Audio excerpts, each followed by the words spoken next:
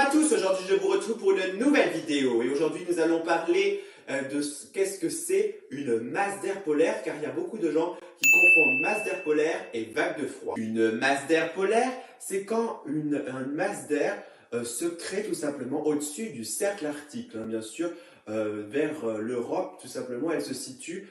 au-dessus de l'Islande, tout simplement, donc c'est vraiment là où il fait extrêmement froid. Ces masses d'air, tout simplement, peuvent se diriger vers les contrées un peu plus chaudes, comme la nôtre, comme en France, par exemple, à cause tout simplement lié au jet stream qui ondule tout simplement et qui va créer alors des méandres, comme j'ai parlé la dernière fois. En tout cas, la masse d'air polaire peut alors se décrocher liée au jet stream qui ondule, et du coup la masse d'air polaire se situe dans nos latitudes. Mais ça peut dépendre, cela dépend vraiment de la masse d'air, et cette masse d'air polaire se réchauffe, plus elle descend, plus elle se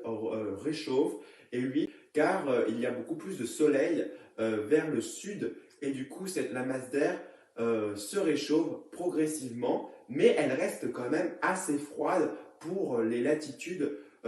où elle arrive. Donc j'espère que comparé aux vagues de froid, vous pouvez voir alors qu'une vague de froid, déjà, ça dure beaucoup plus longtemps dans la durée, et ça dépend des seuils de vagues de froid aussi, puisque même si la masse d'air polaire est froide, elle se réchauffe, comme je viens de vous le dire, et du coup, ce réchauffement on peut être juste au-dessus d'un seuil de vague de froid, et la vague de froid dure au moins 2 à 3, 4 jours au moins sur une étendue assez importante. Donc j'espère que maintenant vous ne ferez plus l'erreur entre masse d'air polaire et masse d'air et une vague de froid, et que maintenant vous saurez ce que c'est une vague de froid. J'espère que vous serez à nouveau là la semaine prochaine et je vous retrouve pour une nouvelle vidéo. C'est ça la météo!